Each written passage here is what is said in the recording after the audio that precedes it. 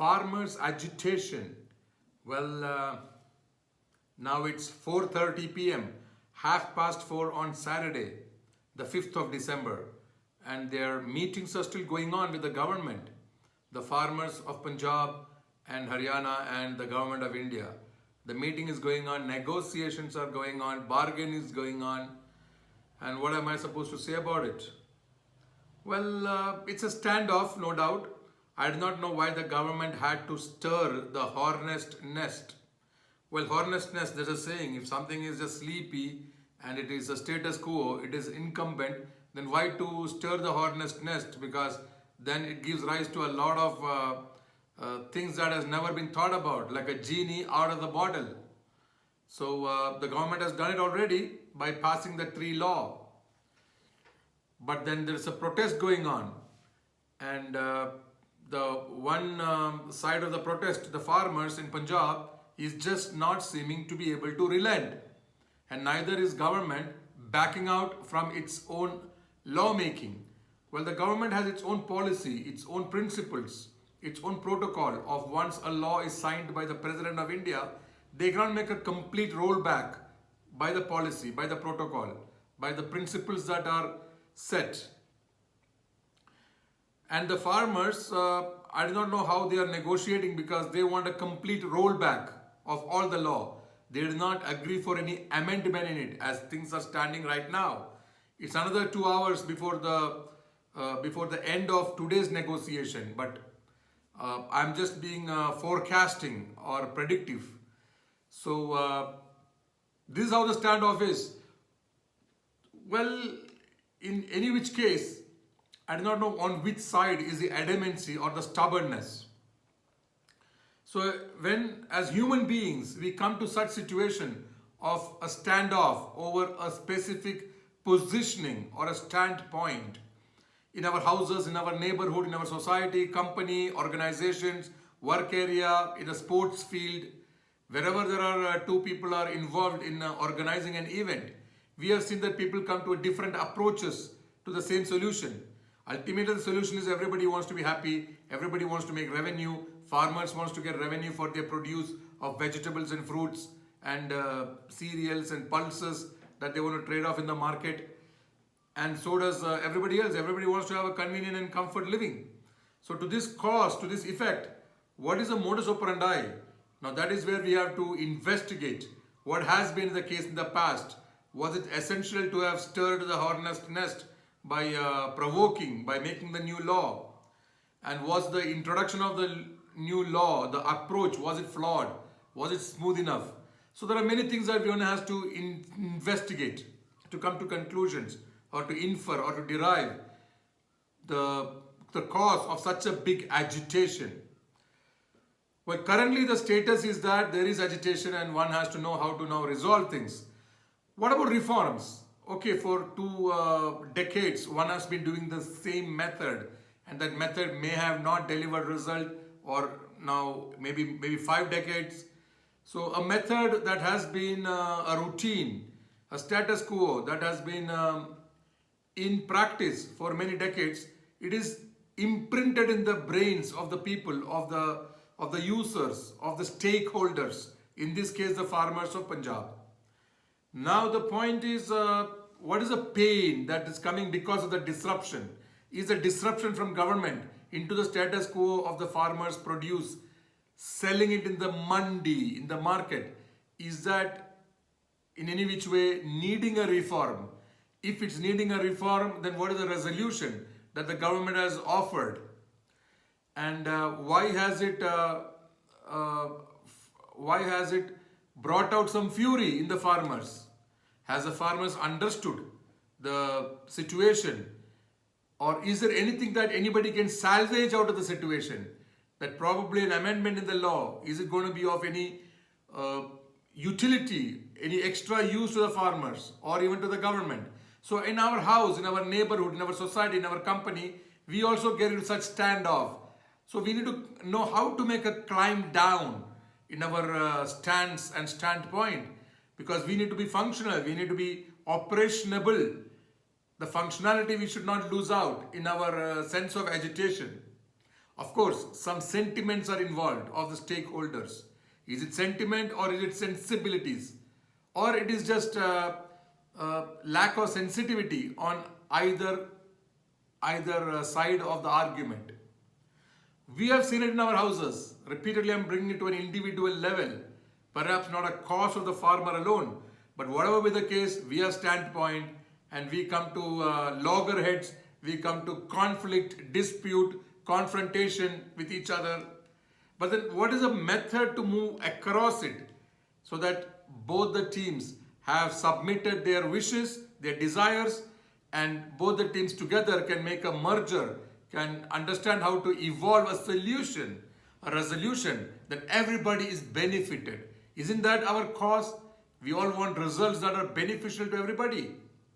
Everybody wants attention on their sentiment, on their pain area, and everybody is seeking relief. So in this situation, what is the way out? Because now it is locked in. Now it is locked in and everybody wants a face saver. Everybody wants a way to now exit this argument locked into each other now. What is the solution?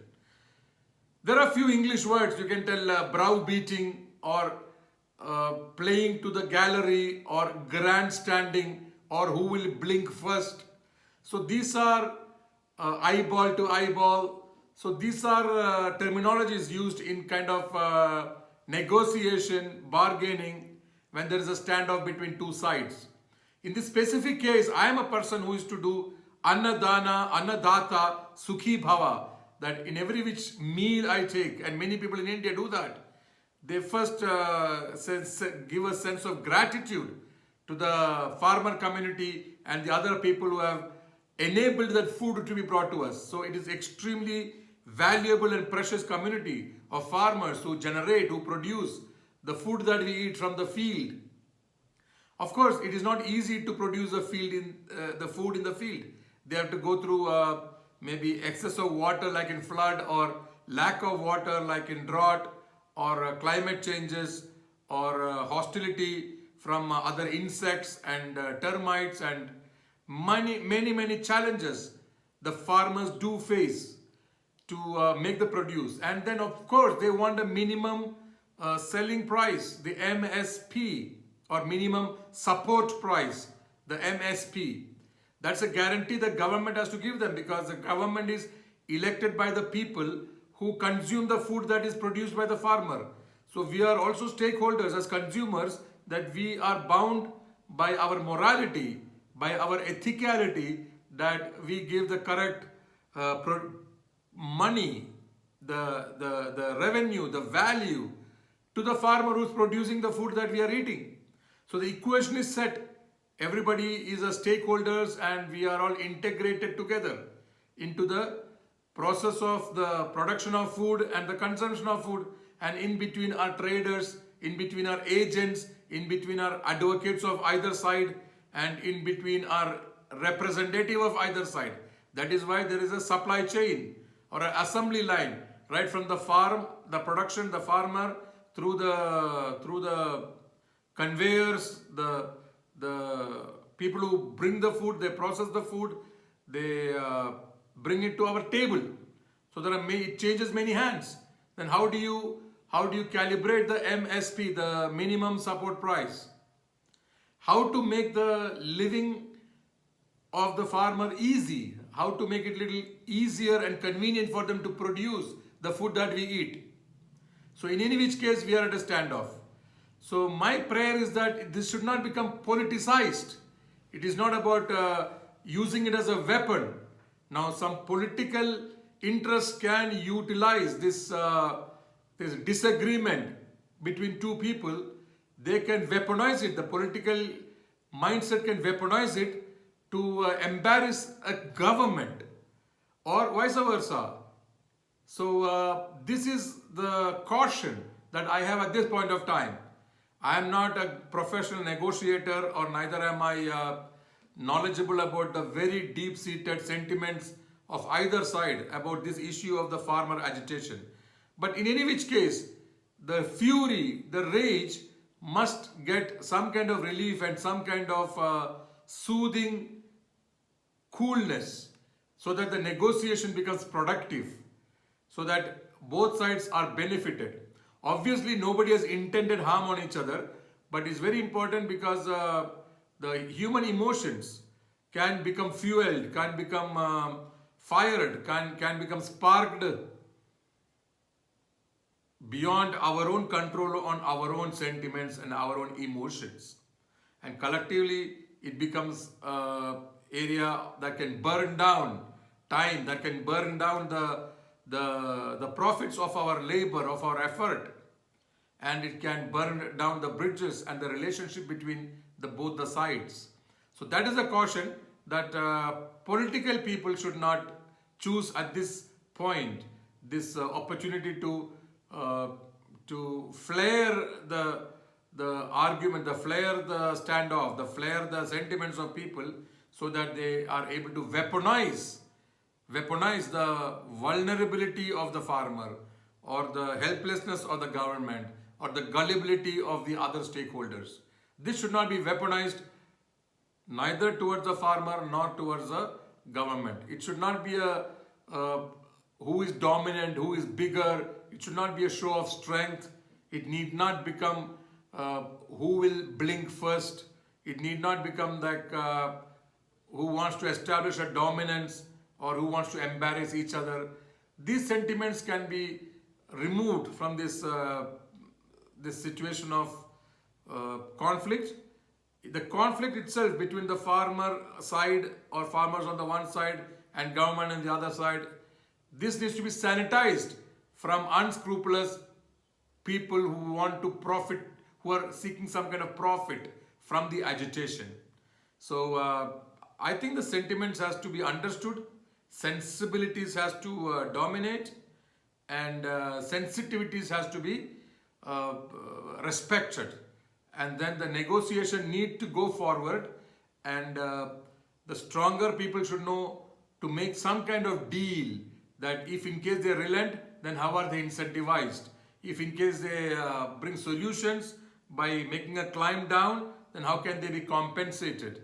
So intelligently we can move ahead, and I am a person who likes to see some kind of protest is okay, because as long as we are intelligently, we revere our the farmers and the consumers, because we want the consumers and we want the farmers, and everybody should get their minimum support price. Everybody at the end of the day wants to be happy. So I think some spirituality will help in any kind of conflict. Some spiritual people also should be consulted. So today in India we have Sri Ravi Shankar Ji, His Holiness, who is known as a supreme person for resolution of conflicts. I do not know why we are reluctant to involve the spiritual leaders of the country to bring about some kind of solace and comfort to both the sides, and bring some kind of ease of negotiation, so that in a period of time we can set a target that how to compensate, how to incentivize that who is producing solutions and bringing resolution, so that reform should also continue, modernizing the equipments, modernizing the systems, modernizing the method that we deal with each other, so that our country can become the producer of food for entire other continents. 2021, there's a prediction that there's going to be food shortage in Africa, food shortage in many continents, many countries, and that's where today's action, if it is of integration, togetherness, we can become the producer of food, and extra food, surplus food must become available to the people in Africa and other people where drought is going to hit them in 2021. Conversely speaking, every time we are agitating, we are pushing away the possibility of the convenience and ease further and further by our own conflicting and dividing and separating and rifting with each other. So it's very important to be intelligently negotiating, so that we come together. The faster we do that, the faster is our produce, the faster we process our food products, and the faster we can resolve to progress for our country to get enriched, enabled, that we become the basket of food, the granary for many continents for the year 2021, when there is going to be a lot of food shortage in another parts of the world, if not in our country alone. So, thank you for your attention. Let's pray for a resolution, and let us resolve that some spiritual leaders should also involve, so that there is comfort to the minds of whoever is in agitation in their minds. Let's all profit, and let's resolve, and let us make a climb down, so that we can bring bridges among the people, so that the divisions can be avoided. Namaste.